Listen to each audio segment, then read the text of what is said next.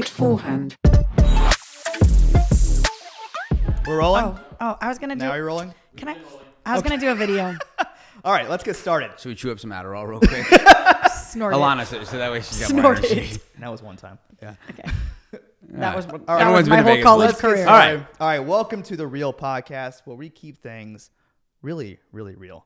And for our first guest, I am very honored and grateful to have one of my best friends and mentors. I said best friends. That's Yeah. Wait, I thought you were telling her. No, I was mean, like, well, all right, yeah. never mind. I was like, is that how you're introducing Well, yourself? I was like, Your wow, best that's friend? so pretty nice. Best friend Yeah, all and right. mentor, Yeah, and then okay. best friend. Yeah, you get it. Okay. My wife, I'm not your for best the friend, first right? one. Okay, we're not friends anymore. Just thinking. My wife for our first podcast, and then my mentor Rahul Patel, owner of Patel Gains, owner of FSM, and many, many other businesses. You got your hands in everything in San Antonio, and so I look up to you. We look up to you as a friend, as a family, and also in the business world as well. So welcome. Well, awesome, Yay. man. Thanks for having me Welcome. on. I'm excited. Yeah. So, and I wanted to bring Alana on because Alana knew you first. That's right. And introduced me to you, opened up the whole world Although to we can't us. remember how, right? No. Yeah. The Forgot that memory's detail. Sketchy. But I want to go all the way back to where you're from, how you got started, and what brought you to San Antonio.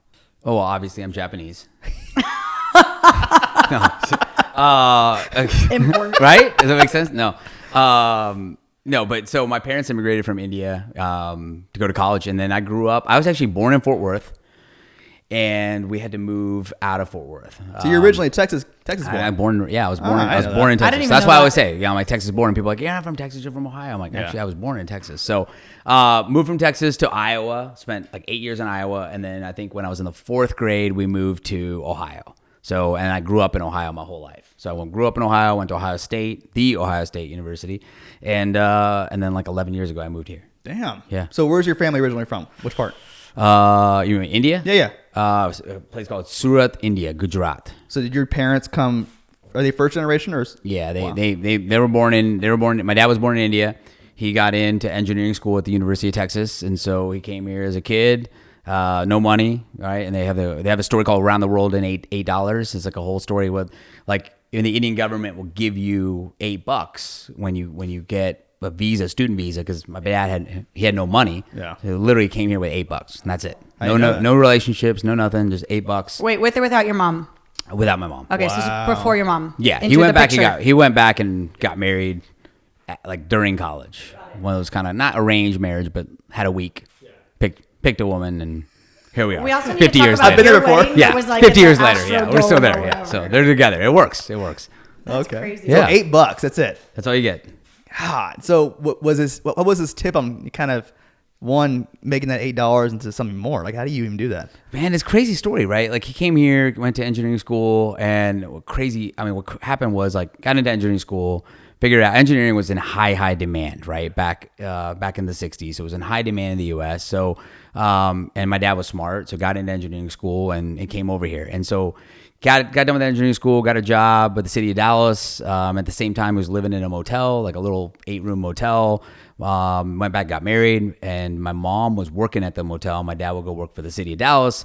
They saved up enough money, and actually they leased and bought the motel from the guy Nice. that they were staying at, right? Wow. And there's a whole kind of tradition of Indians, in the hospitality industry. But Yeah. that's how they got their start. And then my dad eventually quit his job to run the motel full time. And then crazy story, but my mom actually got shot at the hotel. What? Yeah, she got a bullet in her leg. Like she's a tough lady. Yeah, she's a tough lady, right? So she got shot, and that's why we moved out of crazy. Texas, because my mom just had these reoccurring kind of nightmares Yeah. of Texas. So my dad's like, we got a fresh start, so he moved to fucking Iowa. Yeah. What made Yeah. him pick Iowa? Yeah. I have no idea. It just seems safe. I have no Seems like a idea. safe bet. It just seemed like a place. And so they moved to Iowa, and so that's it, And then he got into the hotel business and stayed in the hotel business his whole life. Wow. Do you have any siblings? Yeah, I have a sister. Okay. Nice. Oh, yeah, we've never talked about siblings. Yeah. Where does she live? They live in California, but now they're moving to Atlanta because they get tired of the just everything. About everybody's California. living in Everything about California. Yeah. So her and my brother-in-law live in California. Yeah. Nice. Okay, so Iowa and then Ohio. Yeah. Which you can't say too fast because No, I get him Sounds like one. confused. Yeah. Yeah. So Ohio is where we went to college, right? Yeah. Okay. Cool. And Ohio then- State, not Ohio. Ohio State. Yeah, because they have OU. What's the actual? Is there a sign for that? What? The Ohio. OHIO. Yeah. Yeah, that's it. That's What is there like? There's like a. OH. Oh, it's literally an O. O. Yeah. Oh my god. Yes, that's how it And goes. so Ohio to San Antonio at St. Mary's.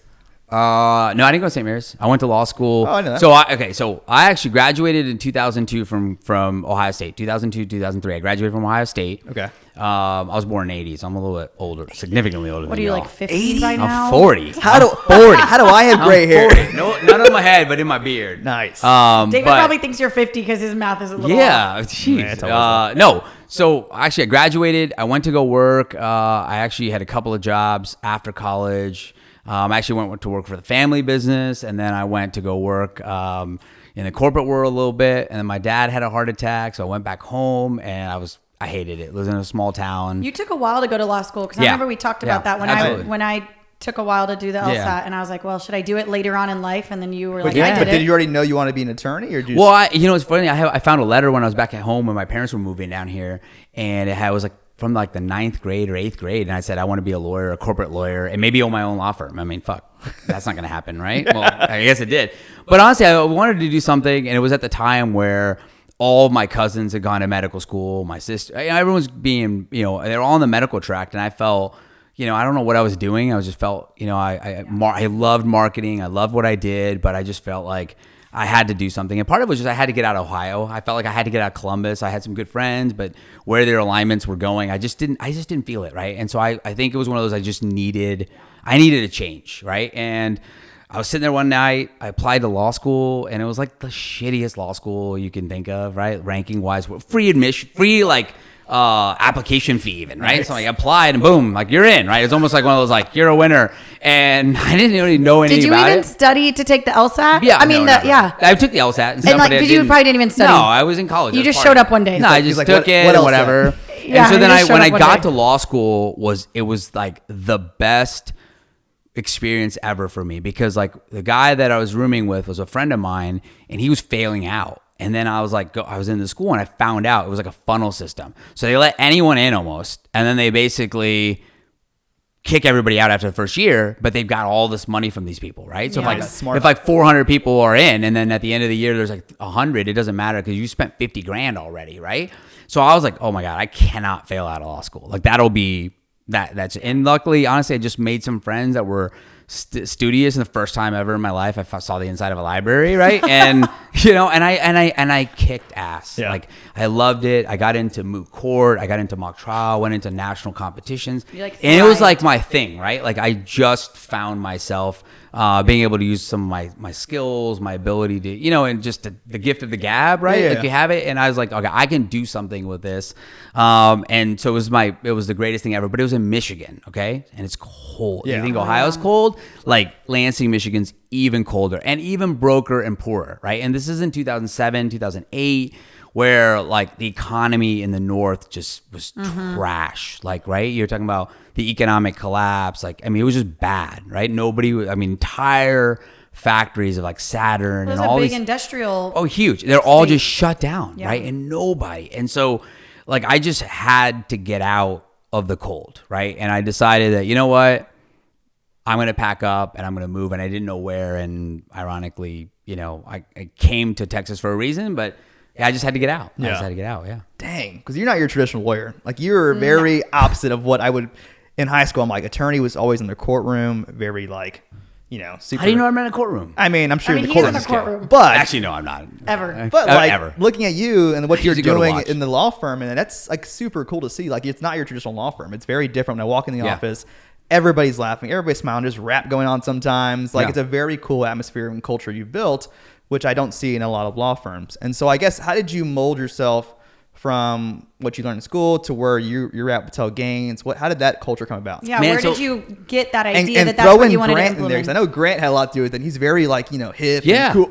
yeah, right. Fishing shirts every day. But y'all really are like a good yin and yang. Yeah. Yes. Yeah. So, the story kind of comes back to, right, when you graduate from a degree and you get something. And I think the reality is everybody has a perception of what a career looks like, right? Like you have a perception of it. So like being a lawyer is prestigious for people, right? Because you get to wear a suit, and you get to wear a tie, you get to go to court, and you get to do those things. And you see yourself in an office with your diplomas. And that's like the image, right? That's what you feel like you want to do. And then you get that first gig, and then you realize, like, fuck, like this isn't me, right? But I'm living this life that everybody tells me is awesome, but like I hate it, right? And so It's not like the movies or the television right? And what shows, people don't yeah. know is like when I moved here, I had nothing. I had no money. I had $600. I had $120,000 in debt, and I was living in a motel over there on the east side. Like I was living in a motel that's not on Hilton, like all the way on the east side on Eisenhower and I-35. Okay, like there's some shit that goes on down there. Yeah. Good taco trucks, but. And so I didn't have anything, and I was one of those, at this point, I was too proud to want to keep asking my parents for money because I was like the black sheep, right? Like everybody got good jobs, got into medical school, and here I was, a lawyer with all this debt, and what's the average lawyer going to make, right? Like, and so I just had to, I hustled and I got in, you know, I snuck my way, and we could talk about that, but like I got my way into a big firm, and I met Grant there. We were law clerks, associates. We worked a lot together, but we worked really well together, right? We were opposites, but we worked well together. And honestly, like it was a great gig, right? And then, I went on to another firm, same thing. And I probably had my best year ever in terms of financially and at a professional level. But probably the hardest year of my life, right? We had a little one. I was driving all the time. And honestly, like I had to show up basically with a blue suit, white shirt. Ironically, that's what I'm fucking wearing today. But not like a t-shirt, no jeans, right? Yeah. I can't wear Gucci shoes or whatever. So like, and I had this like, it was very much, I knew for the first time that I was an outsider. And so to me, it was like a moment that I have to make a decision if I'm going to do this or if I'm just going to go be myself, right? And to me, that's what we've built in all of our businesses is like you have to embrace who you are and you got to allow that to happen. And honestly, that honesty and openness is what's really created us to have a great growth in our client base because you have clients that show up in shorts, sandals, and a fishing shirt, but you got to be in a suit. Right. And so like, what is that, and then that it's uncomfortable when you have tough conversations to have and you're over here in a suit with all these diplomas. You come to my office like, I don't have a diploma on the wall. Yeah. You better hope that I got a degree at this point, right? Right. Is he even a so lawyer? yeah, you gotta make it fun. We gotta talk, have pictures of your family, your friends and what you're doing. And relatable. Ari Gold, like I love Entourage. And you know what? The clients that we're seeking are people like us that want to know more about you because at the end of the day, you're going to feel way more comfortable really expressing, look, I'm buying this business, but here's the deal. Like, I want to gut it when I do it. Okay, well, let's talk about that. Or here's why I'm buying this versus, hey, we draft this up for me. And you get deeper in that stuff and you're allowed to be yourself, man. And at the end of the day, like when you're yourself, you're way more fun. Like you're way better at your job too. I was going to say, I feel like you're more productive because you're just in your realm. You don't Dude, have to people worry show about, every time I see people with a tie on in the day, it's unbuttoned and loose, which means they're uncomfortable. Yes. Because if they were comfortable, it wouldn't be that way. It's Yeah. 115 degrees here. Yes. So, but it's not just about dress. It's then that permeates culture. Like who you are, the differences of who we are, if that makes sense. Yeah, You know what I mean? does. Yeah, let's go back to how you snuck into that firm, though. I want to hear that story. Oh, man. So you know what? Like you have to be creative, man. I didn't know anybody at all when I moved here, right? I didn't have any references. In Michigan, I could have got a job, but I didn't know anybody. And reality of it is most great places don't hire based on a job posting because when the job posting goes up, they don't need to. They've got people wanting to be there. And usually if it's a great culture, people who work there already have people that like they would want to refer. So what I did was I just made a list of the top 10 lawyers that I could find in each. Actually, I didn't even want to be in San Antonio because again, I was living on the east side, right? I didn't really know San Antonio had like nice spots. What it had to offer. Yeah, and I didn't have any money to go do it anyway. So I was like, look, as soon as I pass the bar exam, like I got a free place to live. So as soon as I'm out, I'm going to move to Dallas. My buddies lived in Dallas and Austin. And I'm like, I'm going to get the hell out. But I just picked 10 lawyers in each city. I found out their email addresses. And I read everything about them and read whatever they had printed, published, Googled, whatever. And honestly, I sent them emails. What I did was I put all the emails up, put them in a draft, and I still have them actually. It's kind of crazy. I print them out to keep them. Nice. And I have them saved. No, I have them saved. That'd be cool. I have them started and saved. And I put RE:meeting with a question mark. And I sent them out at 4:00 in the morning. Those always get me. Yeah, because people who are really really good at what they do, they usually are workaholics, right? So they either work really, really early or they work really late. Either way, people are top or bottomed up people. So when you open up your email in the morning, what do? You You check the first one. email you had, and then you go up, Yeah. right? And so I was like, I want to be in the top of this inbox, and I'm not going to get through a gatekeeper. So what I got to do is let this person think that they have a meeting with me, and I'm replying to it. Like, hey, and it was like, look, I want to get to know you. I see XYZ about you, and I don't want a job. I'm not asking for anything, but all I'm asking is, can I buy you coffee and learn why you are whatever? And I sent some emails out like that, and I got an email back right away from this guy, and said, hey, why you email me at 4:30 in the morning? We don't have a meeting. And I'm like, I know, but can I have one? Now we and do. he goes, sure, come on in at like 7 a.m. And I had 3-4 meetings right away. And these guys at like 6:30 in the morning grilled me, man. And they're like, you don't have a bar exam. You haven't passed the bar yet. What are you gonna do? I'm like, look, man, just give me a spot to sit and a computer, and you don't have to pay me. I will work all summer, and you'll hire me. And the guy's like, you're pretty arrogant. I go, I'm not. I'm just telling you. Like, and if not, like, I'll walk away with a good referral from you, right? And I want to work for and learn from you. And literally, I think it was like 4 or 5 hours later that same day, he called me back and told me, come on in. And I came in the next day, 3-piece suit and ready to rock, right? And I had no idea what that was going to get me, where it went, and ultimately. What type of law was that? It's actually, litigation, which is, crazy, but litigation. And you know what? That's how I met Grant. That's how I got into property tax. I didn't even know what the hell property tax was. And it's honestly just because I was outworking everybody else. And the boss, it was funny. Grant was 6 months behind me in the bar stage. So I was already a licensed attorney. He was taken out for the bar. And Grant was like everybody's favorite. Like every project went to Grant. And so there's a lawyer in there who was like always angry, working late. And so I would be the first one in, last one out. And every day I walk by, hey, you need anything? And he's like, I got shit, fucking. I'm like, can I help you? And he's like, I'm waiting for Grant to come back. I'm like, well, Grant's got like 4 more weeks. Like, can I help you? And I literally just went in there one night and I took all the stuff that he had for this case and I organized it into binders. I have pictures of it. Like, I literally bought 30 binders, organized it, put the tabs. And I like to organize. Like, I'm OCD, right? Yes. So I'm like, and this guy comes in and he's pissed. He's like, where the fuck are my files? Or where's this? I'm like, what do you need? Tell me what you need. I know where it is. Yeah. Got it. Look.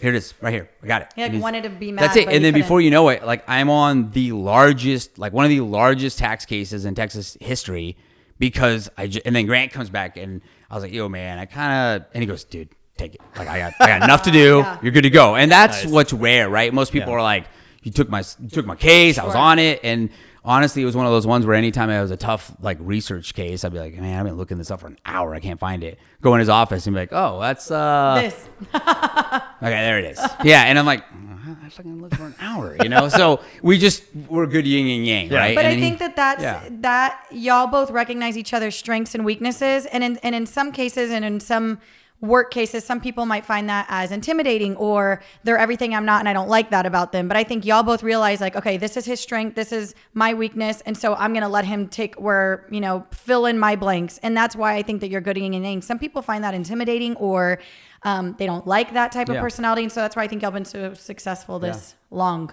I think, you have to have a balance, right? sure. You always get better. So yeah, that was how I got in, man. And what started Patel Gaines? You and Grant. Oh, that was interesting. With so your little box. Yeah, Well, yeah. that first office you guys had was Yeah, I mean, well, no. That was the second office. The first office nobody ever went to. It was it was an 8x8 box at Regis, and I was literally like 2 desks, and then we brought in a third chair because you're only allowed to have 2 people there, and I had this kid that he's actually in law school, or graduating law school from Emory now, like super smart kid. But we had him in there. He was in high school, like just doing whatever, right? And so what started Patel Gaines was I was at that job and I was driving back and forth and I was tired and I wasn't happy. Like, you kind of the typical way people say, well, money doesn't make happiness, and that was it. Like I was again, the money I was making was great, but I just wasn't happy. Like I knew I wasn't. There was I just wasn't the right. Something was missing. Yeah, it just wasn't it, and I could tell. And, I kind of had to come to reality and say, what am I going to do here? And I met, what's crazy was I met somebody that wanted to hire me. And when they wanted to hire me as a consultant, and I said, I don't want to be a consultant. I want to be a lawyer, right? I'm not ready to give that up. And what's crazy was I went out to lunch with this with he said, well, look, you're hired. We'll figure it out. You know, whatever it is, you're hired. No, this old guy, awesome. Still super cool. He like drives a Harley now and retired, ton of money. So anyways, he introduced me to this guy named Matt Fossey, and Matt Fossey is he's like one of my best friends, done so much business together. Well, he was the very first employee of this company that they ever hired. They ultimately grew to like 34 national offices, and they sold to private equity for 100+ million. And he was at that time just running kind of Dallas office. Met me, and said, look, I don't want to be a consultant. I nothing against you. I don't want to come work for you. Like, I want to start my own firm, but I can help you if you give me some work. Yeah, I will make more money for you, and it will grow me. And honestly, we just struck an accord, and they had no agreement, no nothing. And he just started sending me some stuff. And then we started sending me more, and we started doing more and more. And he grew to be from Dallas leader, Texas leader, to the Western Division leader. And then he became ultimately president and CEO of like a massive national tax company. And then, going back to kind of that was, I still kept in touch with Grant. So we would have lunch once a week. And I told him, hey, man, like, I'm going to quit. But like, why don't you quit and come with me, and we'll do this together. And we actually had dinner at my house like every night. My wife would make homemade pizza because it's all we had, nice. or homemade whatever. We would eat it, and we would come up with we drafted up a plan of how we would do it, and it was actually pretty scary because we quit the same day, but we were at two different places, and they offered him like a pretty big check to stay. And you didn't get anything? Well, I knew I was out. Yeah, but he doesn't matter, right? I was out anyways. But either way, and like I hadn't heard from him that day, and then he was like, "Oh man," you're like, "Oh crap, he stayed." They offered me like, I'm like, "What?" I'm like, "I already," and he goes, "No, I didn't take it. I'm just telling you." I'm like, and it was a lot of money, okay? For us, and I mean now it would be a lot, but even then it was a lot. And so, man, that was it. And we just, we quit. And we started the firm, and we've just been rocking and rolling ever since, man. It's such a cool place. Yeah. Like I was telling Lana, whenever I go there to hang out and or film something, it's always inviting. Everybody's always laughing. I always leave in a really good mood. I'm like, this is the kind of office. That's good. That's awesome to hear. But I think it's fun because we were also there before y'all had even moved in. And so it was fun to kind of see like the inception of y'all of like the building of it and the designing of it. Yeah. Cause remember y'all were at the office off of what, Bitters? Before Bitters, we were at this place on Hebner, which was like, you literally couldn't go to the bathroom without hearing.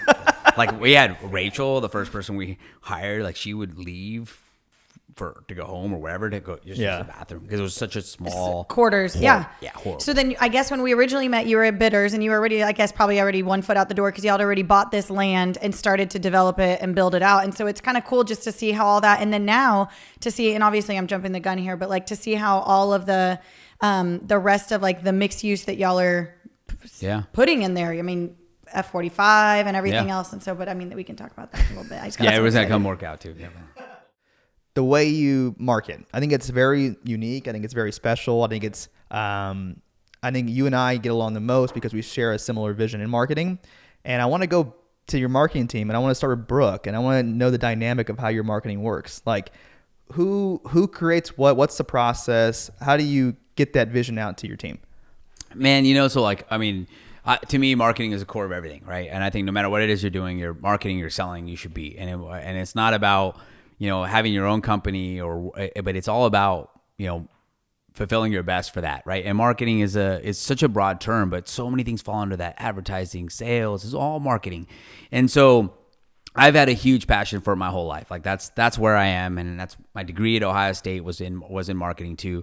And so, to me, that's kind of like the team that I love to lead, and I love that part of it. And there's so much about that: brand, image, culture, everything stems from that.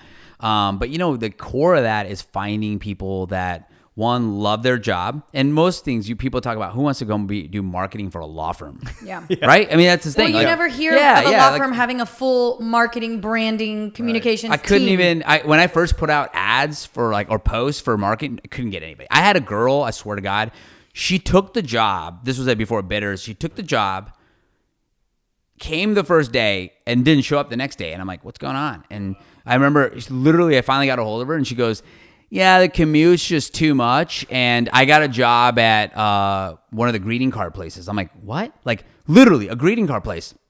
And I'm like, hang on, like how long is the drive? Like where are you driving from? And she's like, oh, it's like almost 20 minutes. I'm like, so you took a job at a I'm like, all right. So long story short, like, really it took time to build that, understand what we were trying to do.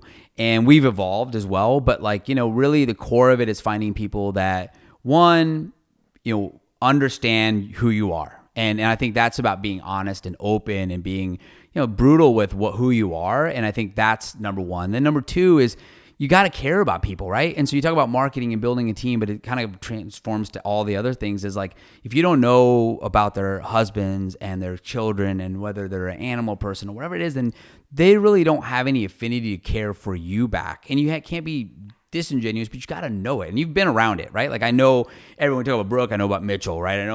No matter who it is, like I know about their importance in their life. But then really beyond that, then it's come down to, with Brooke, Cheyenne, Rachel, like everybody we have on the team, one, they're loved by everybody else that works for us, right? They're not seen as like, oh, that's marketing, and the lawyers don't want to. I mean, the lawyers are always walking down and talking to them, and that's the type of function you want versus most law firms. Like the lawyers will barely talk to their assistants, right? And when they do, it's like, get me this, right? And so it's like that. It takes two-way street, right? And so they're not in their cubicles or in their office just pumping out ads. So it takes a lot of that collaboration. So, and then, really you kind of realize like, at 40, we're still pretty young. Like Grant and I are both 40. We're young for lawyers that manage a firm of our size. But the reality of it is people that are in their 20s now are coming in with new ideas, new concepts, and new tools that we don't use, but we have to learn. Microsoft Teams, like, again, we got to get onto it. Asana, all this other stuff that's like, well, why do I want to use Asana? Like, send me an Excel spreadsheet. Well, it works for them. And we have to understand, we have to adapt to that.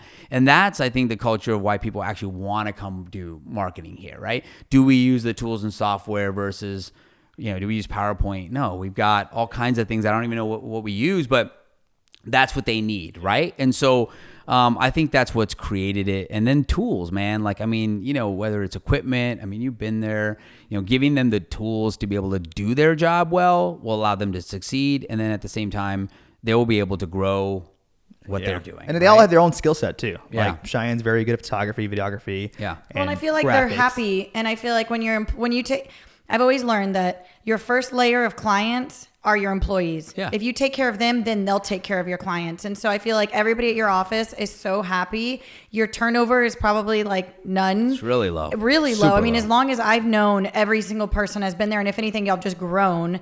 And I feel like when your employees are happy, then they want to put in the overtime. They want to put in the weekends if they need to and go above and beyond. And then they feel like they're taken care of. And then that resonates with their product, with what they put out there. And just overall, I feel like the clients feel that as well. And the outside consumer like us. I think like the market, you talk about like getting into the core of marketing, right? I think the biggest problem with this is people don't really, they don't market themselves. And what they do is they try to figure out marketing. So they're usually pitched like, advertising companies, marketing companies, PR companies, they tell you things that this is what we want to do. And usually it stems from what they've done for somebody else. The reality of it is like, look, we gotta build a strategy around who we are.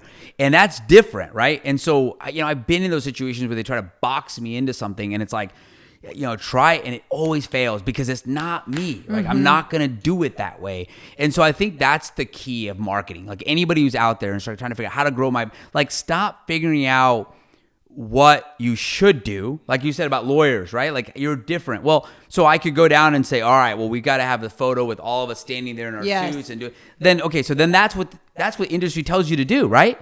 But then you're just blending in. But then we're just blending, and we're not ourselves. So at the end of the day, like if you're going to catch me at somewhere on a Saturday, I'm going to be wearing, joggers and a backwards hat and whatever. And I've had people go, whoa, like, and so the reality of it is you have to brand and market for who you are. And you've seen that. You've seen that time and time again for people who are super successful. They're just who they are. Authentic. Right? That's it. And at the end of the day, people will gravitate towards you too based on what you do, right? Like, I mean, there's the lawyer, I think, is like, I don't even know what it's like 420, like, I don't know, like he's like the weed doc or something. I mean, weed lawyer or something like that. But like, he's himself and he has a whole client base based on that. He's probably happy. Right? But at the end of the day, like if you get busted for that, like you're going to feel way more comfortable talking to that dude than you will in some suit who's going to judge you. True. Yeah. Right? Like, I can't believe you did this. So the idea is, so I think to me, marketing has to come down to that. And we show a lot of that. In terms of like what we're doing, how we're having fun. And so people are afraid of that. But you know what? At the end of the day, like if we're going to take shots at 5:00 in the afternoon, like it's on brand. Just put it on there. Like that's what we're doing. Cause the reality of it is there's companies and businesses out there that are doing the same damn thing. You're unique. It's different to you. And if you do, that's it. Yeah. If you don't. Yeah. So why do we have to be afraid to be who we are? Yeah, right. And so if a client calling you, I had a client call me yesterday and I was like, man, I'm sorry. We had a big trial win and we're popping a bottle of champagne. He goes, oh man, that's awesome. And then say, call me back later versus hiding it. Oh yeah. Right. Yeah. See, and that's what creates that where then the first 5 minutes of the conversation for somebody else's case is talking about what we just did. Right. And so because he doesn't care, he cares about what's going on enough to know, all right, what happened? Oh, that's so sweet, dude. That's awesome. Whatever. And then you get to what you're talking about. So, to me, marketing has to start with first figuring out who you are and who you want to be and like truly what makes that the happiest versus what somebody else is doing. Right. And I think that part of that is like finding somebody that embodies the look, the feel of who you feel like you want to be and making sure that that's actually it. Yeah. Just keeping it real. Keeping it real. Like the podcast. That's true. A perfect plug for that right now. Yeah, right. That's true, though. You got to keep it real, right? Yeah. So keeping it real, you started a company in San Antonio that nobody probably ever thought would come to San Antonio. And you started a sports agency. Yeah. Which is super cool. Like growing up, you think of sports agents like, Entourage, stuff like that, ballers. Yeah. You're the real life ballers, like in San Antonio. I don't know about that, but we're getting there. It's super cool. So kind of talk about the inception of that and how that came about. Dude, man, I've always loved basketball. Okay, I mean, obviously I went to Ohio State, so I'm a huge football fan. But I've loved basketball. I grew up, just really just loving what Michael Jordan did, and to me that was it was awesome. But at the same time, like growing up in Indian, and for anybody who's been in an Asian household, they know like sports is not something. I mean, I'm 5'8", right? I don't know if you can see that. I know. So you can't dunk. Yeah, I can't dunk, and so my sky's the limit was not there, right? But almost the opposite, man. My dad would not even let me watch sports, right? Because it was like if you're not, 100% in every grade, well, then you don't have time for that. You should be focusing on that. And so I would have to like kind of hide watching basketball, watching things. So I had a passion for it, but how am I going to figure that out? But what happened was come fast forward a couple years ago, or backtrack a couple years ago, I started reading about a case and saw a case of a couple players really losing money. And then, and then you go down these rabbit holes, right, of info. And 60% of NBA players are financially broke. Right. Like within 5 years of the last game. Yeah. And I mean, you're talking about, millions of dollars. Nobody's and how it's educating them on what gone, to do. right? And so I just having one of these conversations like, how the fuck does this happen? And honestly, I got almost like dared by a buddy. I'm like, dude, why don't you do it? Like, you're good enough to do all the tax work for the Fed Reserve Bank.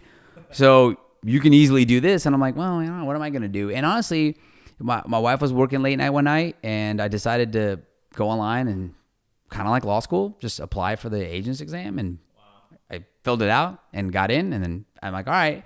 And one of my buddies, Matt, again, and I had actually talked him into quitting his job at that time. He was CEO of a large tax company, private equity bought him, and he was miserable. Okay. He went from working for, like I said, a fun place that he helped build to working for somebody in a place that was run by a bunch of suits out of Chicago, right? That just only looked at numbers. And he was just visibly and physically unhappy, right? You knew it. And I was like, dude, you just quit. Like, take 6 months, do whatever. And he did. And I remember him going, yeah, I think my wife's like, oh, you just listened to Rahul's advice and just quit. And in reality and then he goes, you know what? I'm going to write you a check for FSM. I want to be a part of it. And I'm like, well, I don't really know if I'm taking. And he goes, no.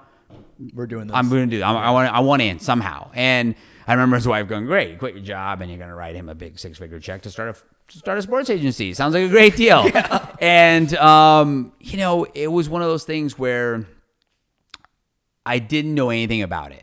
And sometimes that's the best thing to do.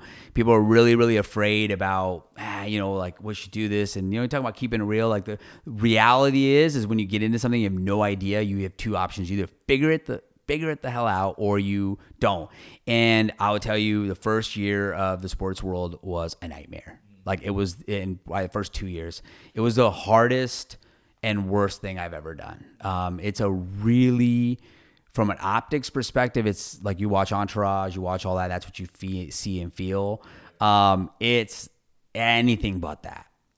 But when you do it right, then you'll get there. And that's where I feel like we are because we get the right people. But, it's a industry that's just, it's been historically just people basically buying people. Yeah. And it's a grind. And people stole from me. People have come at me personally, professionally. They've come at me, my family. And that's why you see a lot of things that will revert back because they just, this is the industry, right?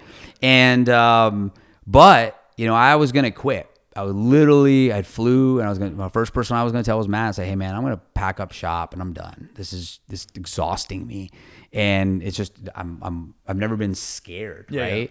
Yeah. And, that same day, that same night that I told him I was going to do that, I met Keldon. Hey, crazy.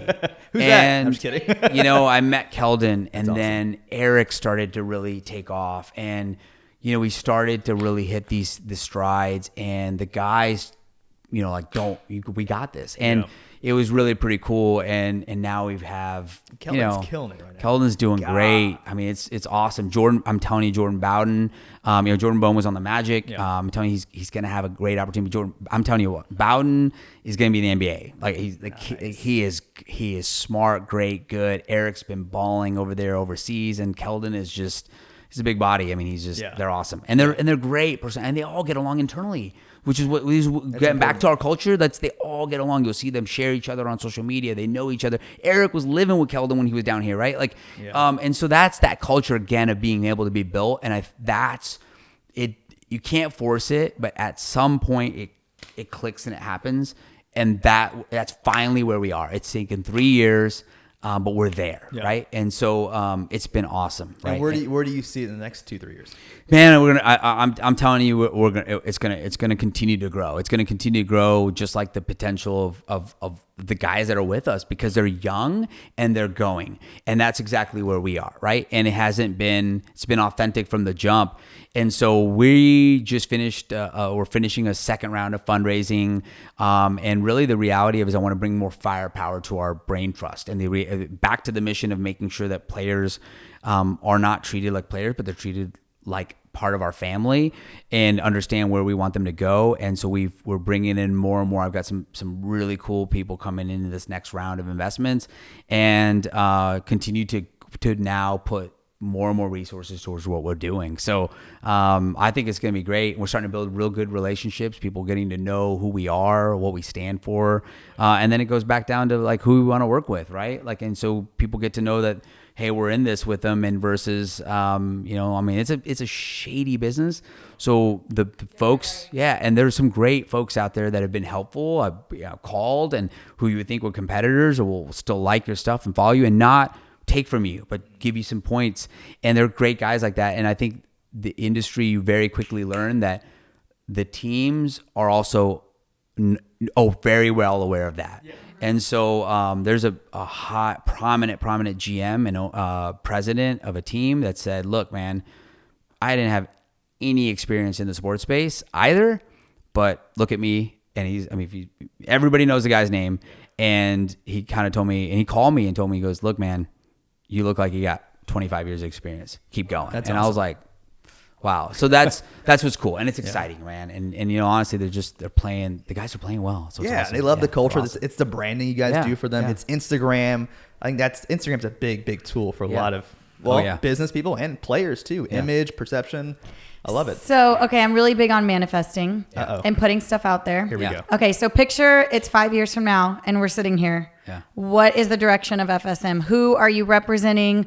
What does FSM look like? Where is FSM? Like, I'm really big on like speaking it into existence and manifesting Let's get them now. We'll just reach out to the players. Exactly. Yeah, let's do it. And you even said like I wrote it down and I wrote it down that I wanted to be a lawyer and own my own law firm. And I'm like really big on putting that out there. And so picture it's what's 5 years from now, 2026. 6. That sounds weird to even say. Okay, are we gonna be like on hoverboards? Like, what's gonna happen? Where do you see FSM and Patel Games while you're at it?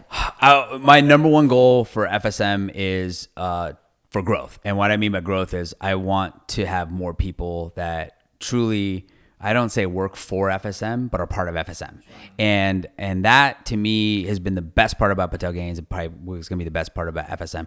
There's so many people who have amazing skills and talents and they're doing things that they don't love, but it's been a career for them. It's been great, but they love this and they want to be a part of this and they don't know how to do it. So that's been what's been attractive to us in the fundraising too. People are like, man, I go to work every day, clock in, clock out kind of thing, but it doesn't bring me any more joy anymore. But I got to pay a mortgage. I have to do all this. So bringing that in, and then reality of it is 5 years from now is I hope that every person that is part of our group continues to have opportunities for them and 5 generations for them after they're done that should be able to eat off of this. Because my dad started with $8. I started with $600.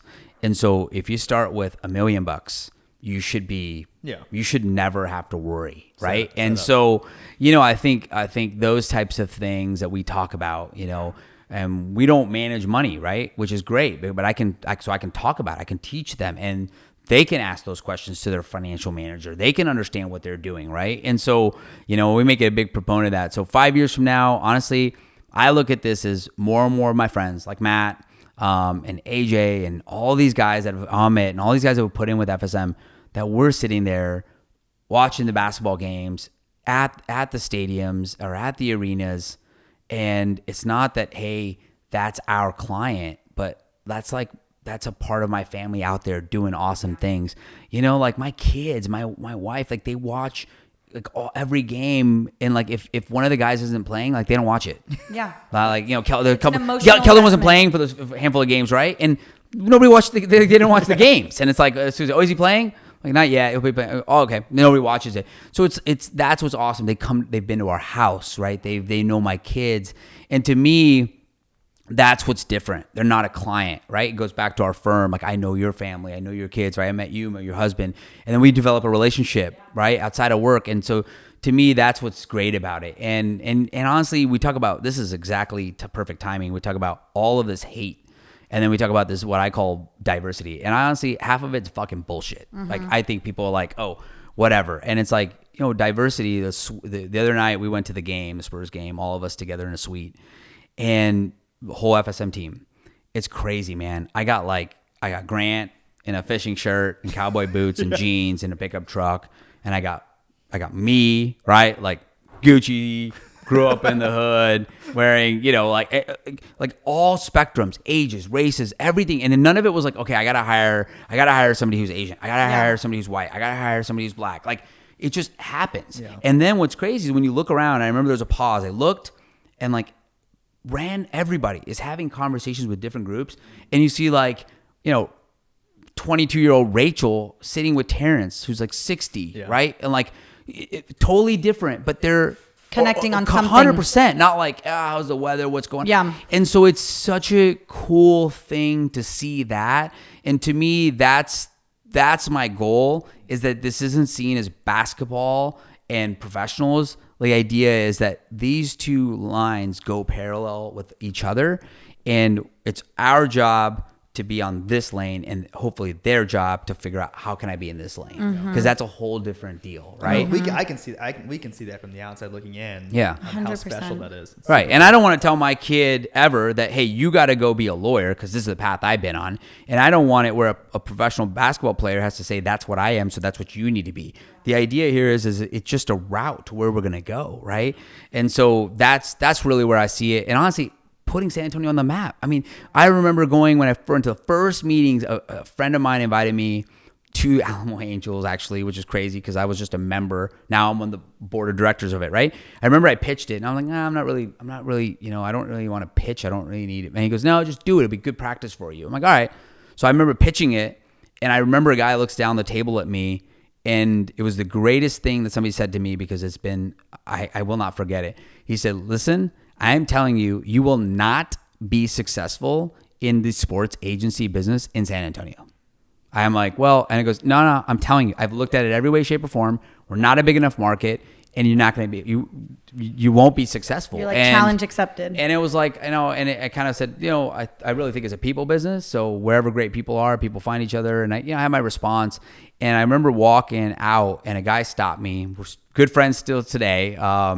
And he stopped me and goes, man, don't listen to that guy. He goes, I'm telling you, you got something, go after it. And man, same thing, Clay Killinger, right? Former CFO of all of Valero C-Store. He comes up to me and goes, man, I love what you're doing. Like, go for it. And then it was one of those like challenges. Like, I don't remember the guy. I don't remember what he looks like or his name. I remember the guys who came up to me, but I don't remember that guy.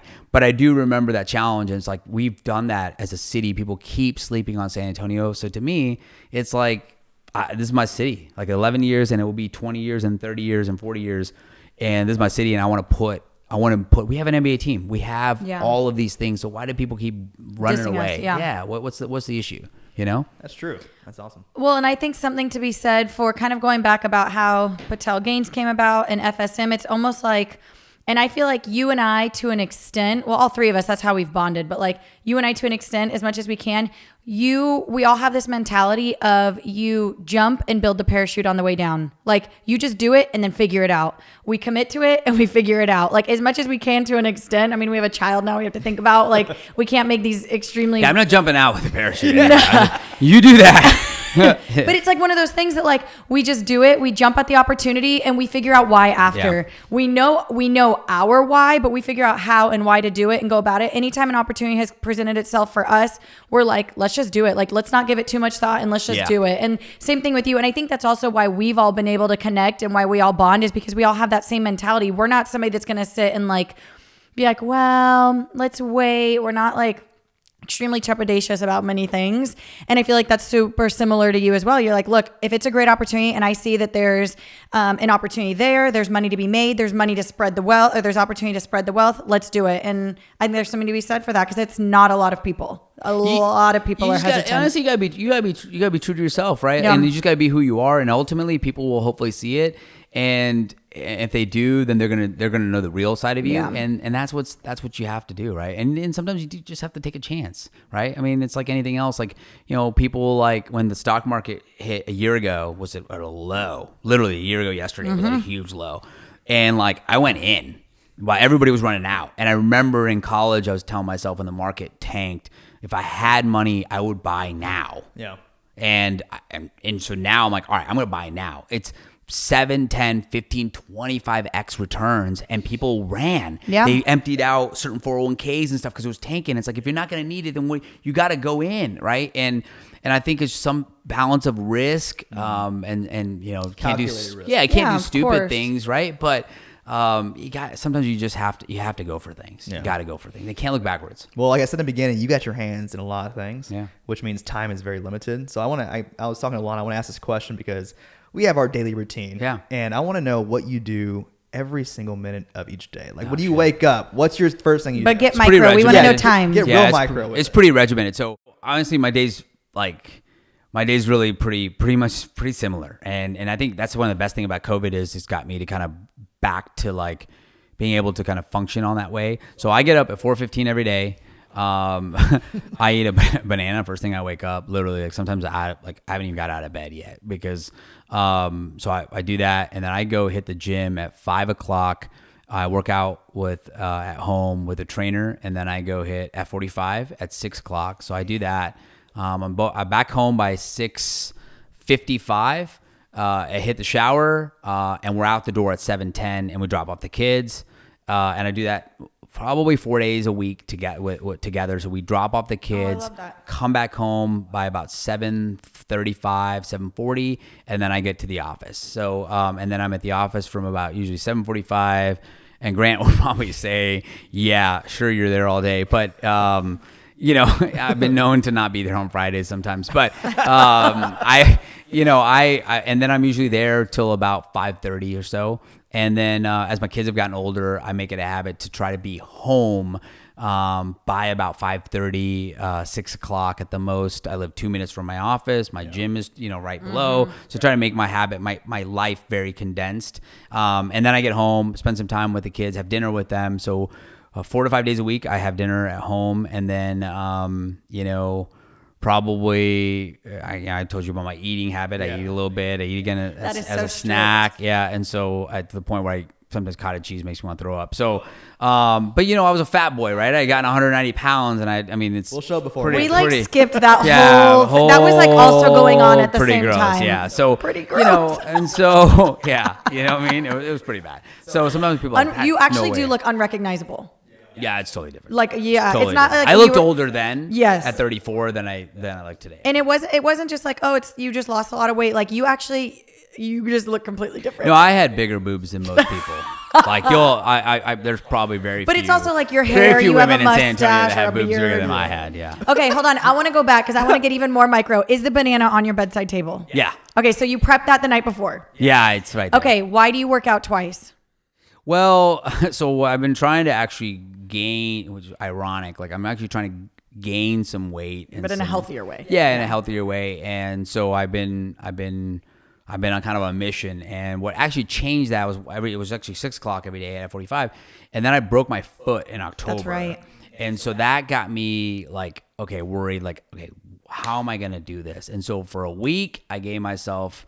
Honestly, I was like, all right, I'm gonna be a bitch about it for a week. Okay. I just did. Ride around on my scooter. I laid in bed and my mood changed. Sure. Everybody just noticed it.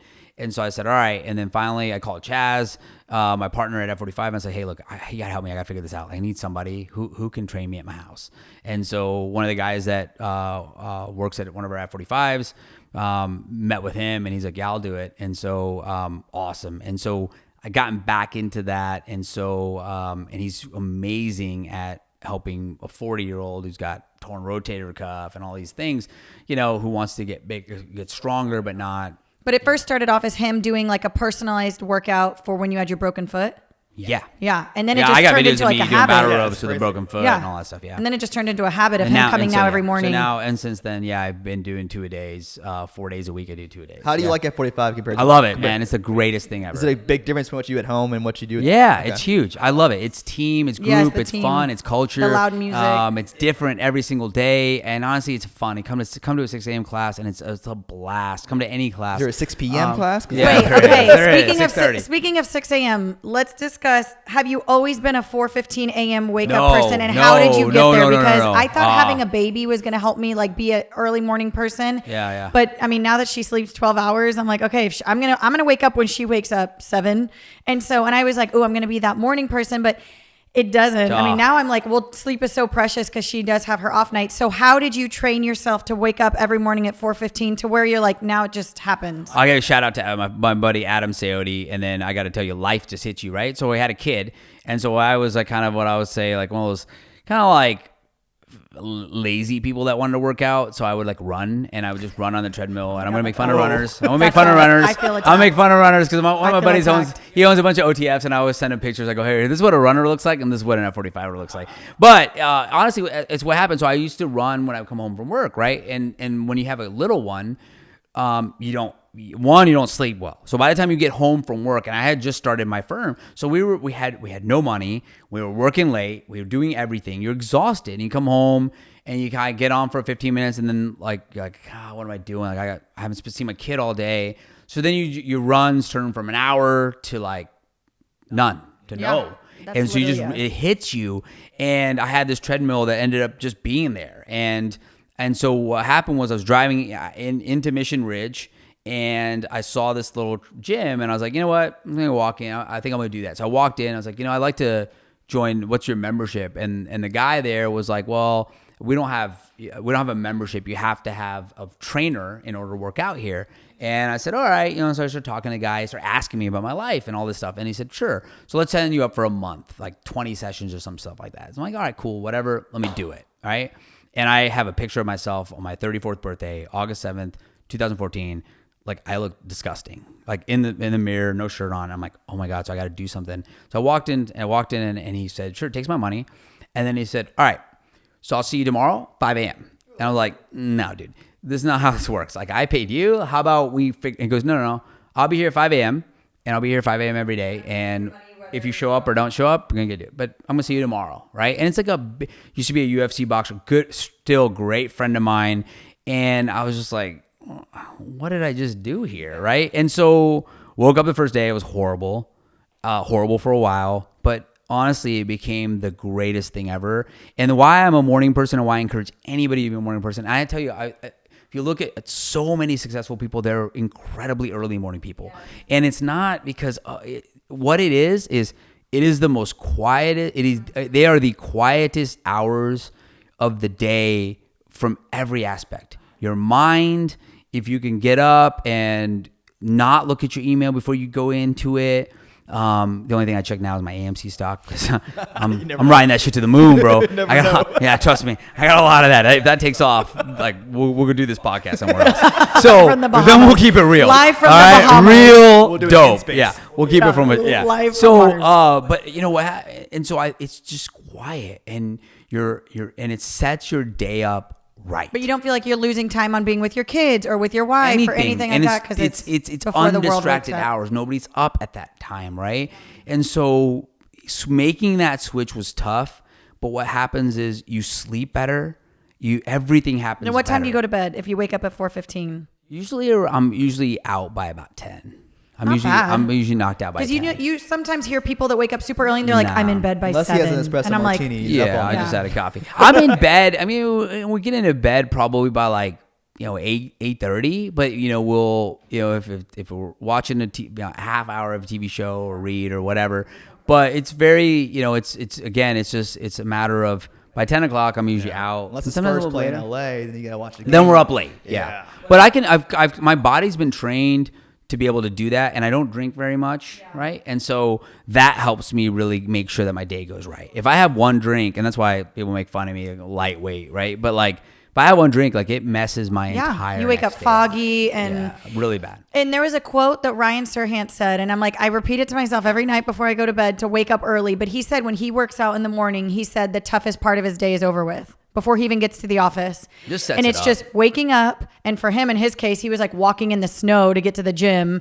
And it's like waking up and it's working out and like lifting tires and doing heavy lifting, working out. And he's like, the toughest part of my day essentially is done. Like anything that gets thrown my way is like nothing compared to what I just done. And I tell that to myself, and you're really good about waking up and working out. I tell myself every day, I'm like, just do it. And then you'll be able to, and nobody ever regretted a workout after. It makes everything better. Like it does. It's you'll just watch what you eat a little bit better. Cause then you've had that day and you're like, like, is that really worth versus it? All right? day. Like I just, right. Versus It's all day, I feel like 100%. you make an excuse for why you're like, okay, well, I'll work out in an hour. Okay, well, let me just do one more thing. Let me just another hour. Let me put the baby down. Well, then I had wine at dinner, and do I really want to work out after wine? Like, and that's me. I mean, that's my whole internal conflict. And so I know I need to start waiting now that she's more on a schedule. But anywho, this was just group therapy. This is her therapy session.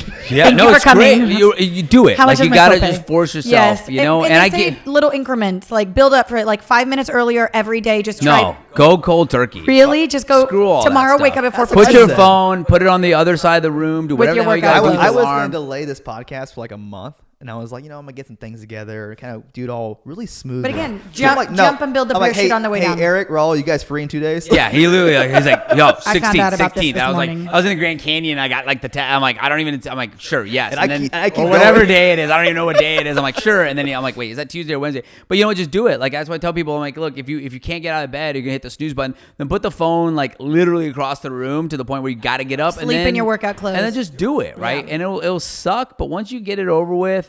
And I'll tell you, it's funny. Like I see the people in the early morning hours in the gym. Like some of those people are the most successful people. Like they just are because they're up. They don't have to be, but they're doing it, right? And so They force themselves to be Yeah, uncomfortable. I'm a huge believer in it. If you're whatever it is, if you want to work out, meditate, run, whatever it is. But if you get that out, your adrenaline and your energy will be that much better. Yeah. I agree. It's so true. Well, I know you're on a tight schedule, so I all good, appreciate you coming on. But I want to it real. leave our guests and us as well with one key nugget that you think that every business owner, every person needs to know that you've learned over the past. I would say a couple of things different, but for those that are business owners, like number one, be resilient. Be creative and continue to stay adaptive to what you're doing. And this is the perfect time to get to know who you have around you, what they're doing for you, and making sure that they're in the same boat as you are and you're in the same boat with them. And so, it's easy to tell somebody, hey, our ship's sinking, get the water out of the boat. If you're not doing it with them, then they will never do it for you. And that is a huge thing. And I think for business owners, you really have to realize that, they don't work for you. You work with them. And if you can think about that and be real about that, I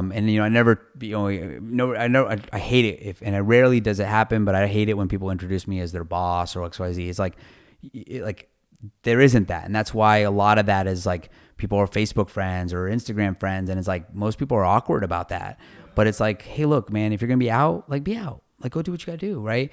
And so be adaptive, be real, to who you are and to who you have. And then for people that are out there, like trying to figure out what to do, here's my biggest advice. Like, do your fucking homework. Okay. And in all aspects, man, like if you're going to want to get a job, if you're going to be somewhere, you're going to be at a conference and you're going to try to go in with the work. The research will win you always. But people go in there and wing it, man. Like they wing it. They don't know anything about who they want to get, what they're going to do, and they think they're just going to go. And I'll tell you, when you know more, you will always win more. I got on an interview with somebody, and that got rescheduled twice. Okay, twice. And he had an interview with me only because somebody that works for my firm knew that person. They set it up. And I was talking about something, and I said, yeah, FSM. He's like, well, what's FSM? I said, you don't know what FSM is? And so I was like, well, hold on. What do you know about me? And what have you read? What have you read? Nothing. And look, the whole thing is if you're going to have a shot, and you don't know anything about that person, you're never going to win. Yeah. Never going to win. And you don't even know how. So I told him, how do you know you want to work for me? Yeah. You don't know anything about me. So why are you applying here? Right? Like if you don't know anything about me, then I could be the worst place for you to work, right? And it might be, if that makes sense, depending on who you are. And so, to me, if you're out there and you're trying to figure out how to get more sales, get more whatever, like do your freaking research on whoever it is. If you're a realtor, right? And if you don't know your client, right? Like me. Yeah. That's why we work well together. Knowledge is key. Yeah, people hit me up all the time like, hey, you need a realtor? I'm like, nah, man, I'm good. Yeah. Why? Because you know me. You know I'm going to be in, out.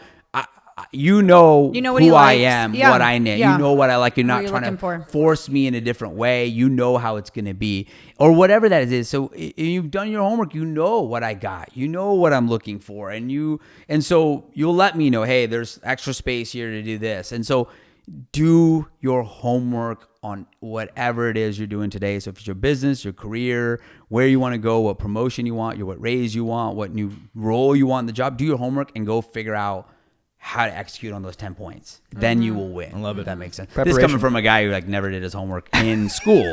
So in school I never did my homework, right? So if I'm talking about keeping it real, I'll just say I didn't do my homework in school. So somebody's listening to me from high school will be like, you never did any homework. He was never even in class. But again, I wasn't successful in high school. That's why I'm successful today. So yeah, that's it. Anybody you want to shout out? I want to give some shout outs here. Any players? Oh my God, so many people. Who to watch, who to support. Man, I can't even limit it. There's just so many people in my life. So many people in my life that have been incredibly helpful. I honestly can't. I mean, too many to name. Too many people. I mean, just from everybody, from my family, from everybody that works with me at Patel Gaines or FSM or F45. I mean, people that have just given me words of encouragement. Anything. I mean, I still get little DMs or a message that says, "Hey, man, I started running this week because I feel like I want to get in shape. Thanks for so many people. Those things mean a ton. So hard for me to give a shout out and forget anybody else. I would say is follow Patel Gaines, follow FSM, follow F45, follow your own passion, whatever it is you want to do. Honestly, and like I said, and that will keep you real and help you grow.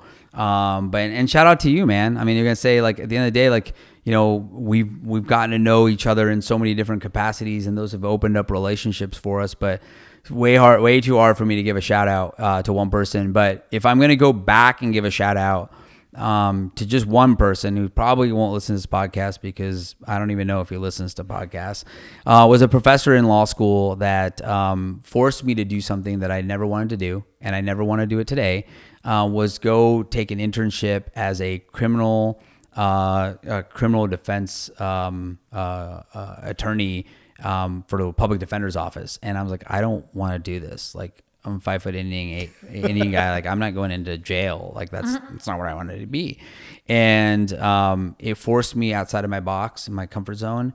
It taught me some things, taught me what I didn't want to do, what I do want to do. And I think, to me, he forced me to do something that made me uncomfortable. And so, to me, for those of you that have mentors or have people you listen to, most people, I think, look for yes people that are going to validate how good they're doing, and they run away from those that are going to go, you need to do this, you need more of this, like, where is this? And they run away from that. But at the end of the day, like, if you really want that guidance, you want somebody who's going to challenge you to get better, right? And so finding people like that is incredible, right? And so I've got a ton of friends, man. Everybody's invested into FSM. Everybody's been a part of every one of these late night bullshit. Every client that's trusted me to do it. I mean, it's too many people to thank. I love you. Definitely inspire us, and as a family as well. So yeah, man. Pimp yourself out. At FSM on Instagram, right? Yeah. Your Instagram handle? The official RBP. That's your Instagram handle. Correct. And then at Patel Gaines. Yep. And then FSM is what? This is FSM. At This is FSM. I knew there was FSM in it. What else? And how else can people find you? I know you're doing a F45 Deerfield, F45 Encino all the Park, F45s. F45 Bandera Point. Yeah. And then you're doing a class coming up soon. So we've got the official hour, which is, again, same thing. And that's kind of similar to what you're talking about, getting real. Like, honestly, the folks, those are for, like, tough skinned people that just want to hear exactly what they got to do it. And that's going to be, we're actually going to do a weekend. I haven't, might as well tell you. So we're picking a weekend. I'm going to get some people out there. We're going to do it probably at the La Cantera Resort. And want a weekend where people come out and are focused on their deal, and they're gonna have to come prepared with work, right, with what they want. And my idea here is to literally get into it with each one of them, and for people to really get into it. And hopefully, I can't wait to see the next successful business person, right? And there's some people that, like, I remember, I'm like, man, this guy's gonna be Danny Chavez, right? With Dan out of McKinney. Like, I'm like, this kid's gonna be awesome. And I call him a kid. He's 30, right? But, like, I'm like, God, this guy's got it, right? And I see it, and it's like same thing with you. Like, I love seeing it because you can see it in somebody, and I think that's the thing, man. People, like, there's, like, jealousy and there's envy, and there's two different things. And to me, like, it's like, you know, like, you don't be jealous of somebody, but find a way to be more like them, right? And push them and help them. So yeah, I agree. Love it. Awesome. Well, thank you again. Thanks for keeping it real, and we'll see you guys next time. Well, can I give you a shout out? I mean, for the best vid guy and the best podcaster and the best realtor and everything else. Hey, I best mean, you know, realtor. yeah, I like that. you know what I'm saying? I mean, you got tons of things out there. So thanks for having me, man. Yeah, I of course. appreciate it. Yeah. We'll get that soon. All right. We're good? Yeah. Bye.